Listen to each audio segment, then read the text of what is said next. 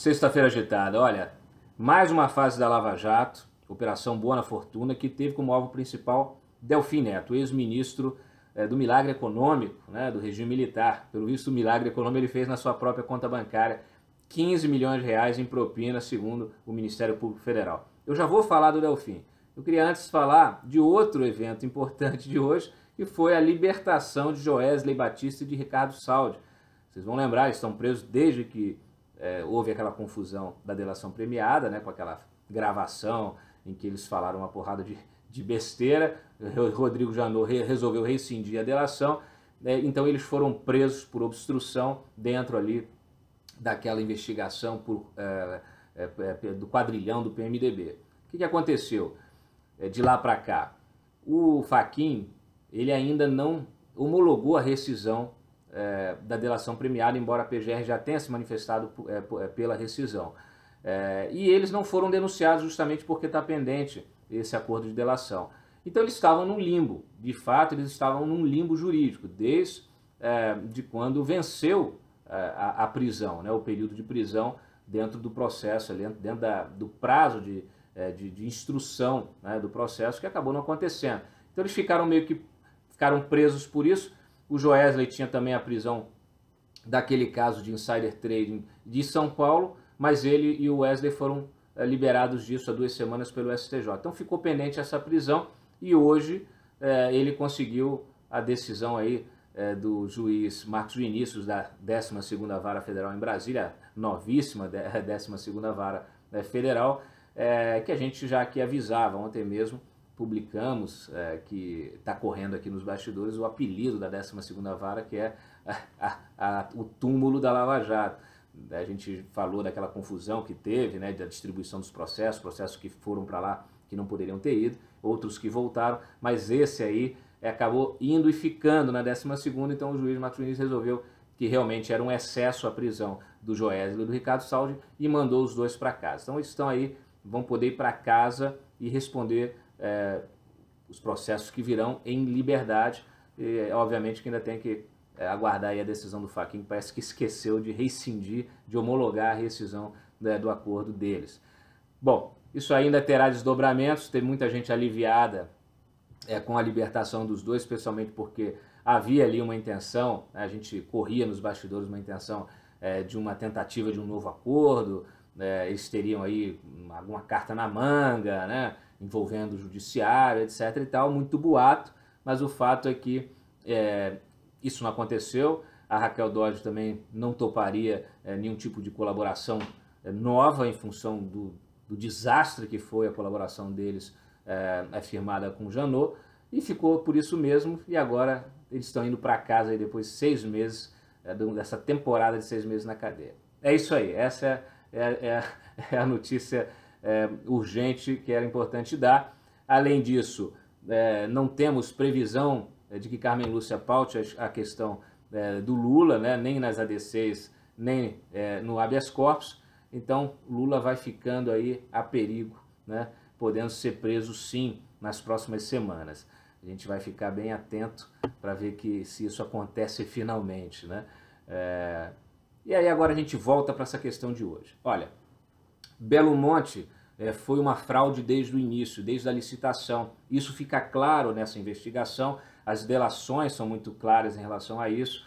Todo o papel que Erenice Guerra, né, foi ministra de Dilma Rousseff, era uma operadora de Dilma Rousseff, o papel que Erenice teve nisso aí, junto com Walter Cardial, que era outro homem de Dilma Rousseff no setor elétrico, como os dois operaram, usaram informações privilegiadas para fraudar a licitação, para entregar a licitação para um determinado grupo, e como esse grupo depois, como contrapartida, pagou propina para a campanha de Dilma Rousseff, para a campanha também de candidatos do PMDB. Quer dizer, eles dividiram aquilo ali, não foi só para Dilma, foi também para outros candidatos do PMDB, eles dividiram a propina meio a meio, PT, PMDB, mais uma vez, né, como sempre esse consórcio criminoso, e 10% desse esquema, quer dizer, 45% para um lado, 45% para o outro, 10% foi para o Delfim Neto, segundo o Ministério Público, segundo os delatores, segundo as provas que foram obtidas. O Delfim Neto precisa explicar isso aí. Ele até agora não conseguiu explicar. Inclusive, Quando a Lava Jato pegou o Delfim lá atrás, em 2016, tinha lá um registro de um pagamento de R$250 mil para o seu sobrinho, e eles falaram que aquilo era consultoria e tal, e não deram mais detalhes. Então, para a Lava Jato, para os investigadores, houve má fé, houve, além de eles acharem que o Delfim mentiu, ele também ocultou informações, né? Se ele não tinha nada a temer, que entregasse tudo, falasse, olha, esses 240 mil, na verdade, faz parte de um contrato maior que eu recebi de consultoria XYZ. E não foi o que aconteceu. Ele sonegou a informação, só que a Lava Jato foi reunindo tudo, agora retomou essas investigações que tinham ficado para trás, e as pontas vão se fechando. Então, tá aí. Delfim Neto investigado, não foi preso, não teve nem pedido de prisão. O Ministério Público e a própria Lava Jato está muito cautelosa com esse tipo de medida, até porque o Delfim Neto tem aí uma presença importante, é um homem respeitado, uma autoridade respeitada, né? Foi parlamentar, foi ministro, é um consultor ativo aí, né? Requerido por todos os grandes políticos, e inclusive Lula, Dilma, usaram muito o Delfim Neto. Quando eu falo grandes políticos, estou dizendo que eles são bons políticos, né? Eu estou falando de políticos que são importantes no cenário, nesse trágico cenário brasileiro. Lula usou muito o Delfim Neto, Dilma também, e a gente começa a desconfiar por quê, né? Delfim Neto tinha, né, entre as suas relações pessoais, amizade com o Lúcio Funaro, né? Esse grande doleiro, operador aí do PMDB e também do PT, né? Então fica meio complicado, a coisa fica meio difícil para o Delfim. Essa investigação descobriu pagamentos não só por parte das empreiteiras, Andrade Gutierrez, Camargo Corrêa, Malu Selma, empreiteira inclusive, do vice ali, do suplente do Álvaro Dias, né? Álvaro Dias ainda não se pronunciou, precisa falar alguma coisa. O que importa é o seguinte, ele terá de explicar, terá de justificar, né? Inclusive a investigação descobriu que ele recebeu também mais de 3 milhões da Chain, Grupo Chain, que é aquele que pagou os 12 milhões para o Bunlai, né, fazer aquele pagamento lá para o Ronan Maria Pinto, aquela coisa do Celso Daniel, enfim. As coisas vão se imbricando, né? A gente tem que sempre fazer um PowerPoint para poder explicar. O que interessa saber é o seguinte, a Lava Jato entende que nessa operação de Belo Monte, Delfim Neto teve um papel de protagonista, assim como José Carlos Bunlai. Eles não descobriram ainda os pagamentos para o Bunlai, mas o Bunlai também teve um papel importante nisso aí. O mesmo Bunlai com a relação com o Chain, com essa coisa toda, com Lula, com o PT. Então, gente, coisa boa não é, né? Além deles dois, vamos dizer assim, quem foi o maestro, quem coordenou a captação dessa propina e quem inclusive pediu para que parte desse dinheiro fosse destinado ao Delfim Neto foi Antônio Palocci, que foi coordenador da campanha de Dilma Rousseff em 2010, né? Ele vinha com força naquele momento, né? E foi quem passou o chapéu nos empresários. Então,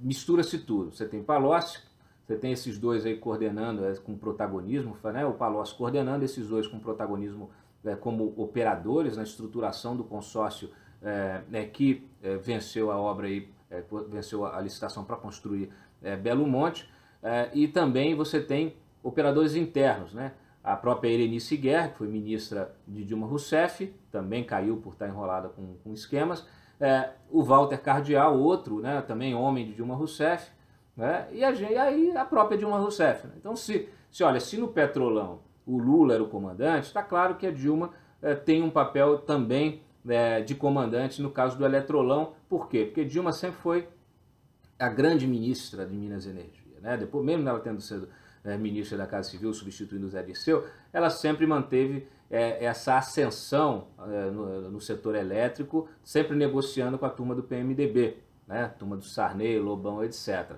Então a Dilma, ela trabalhou de forma atuante no setor elétrico desde o início do governo Lula. Eu me lembro que a Dilma, como ministra, negociou a nova matriz energética na Câmara, por exemplo, com o presidente da Comissão de Minas e Energia, que era quem?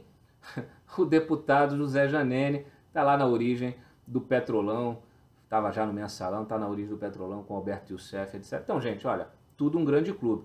Tem mais um personagem aí, Ademar Palocci também, dirigente lá da Eletrobras, super forte, né? O Paloccinho, o irmão do Palocci. Então as coisas vão se fechando. O mais incrível é que o Palocci tentou narrar isso na negociação da delação premiada, mas já era tarde, né? Já era tarde porque a Lava Jato já tinha todos esses outros elementos para poder concluir a investigação e deflagrar essa operação. Mas esse é o cenário, é um cenário complexo, né? Então vocês vão ver que essa operação ainda levará a novas investigações. Inclusive tem parte dessa investigação que foi para o Supremo, está lá no Supremo, né, dormitando lá no Supremo, porque envolve autoridades com foro privilegiado, autoridades especialmente do PMDB, né?